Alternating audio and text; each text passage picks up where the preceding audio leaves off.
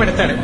పార్వతీదేవి అడిగింది మహాభారతం అనుశాసనిక పర్వంలో, శుభ్రమైన కైలాసం ఉండగా, ఇంత ఐశ్వర్యం ఉండగా, చింతామణి గృహం ఉండగా శ్మశానంలో ఎందుకుంటున్నారని అడిగింది. అడిగితే ఆయన చెప్పాడు, పార్వతి బతికున్న నాళ్లు అన్ని చోట్లకి వెడతారు, ఏమీ తోచట్లేదు, శ్మశానానికి వెళ్ళొద్దామని ఎవరు రారు పార్వతి.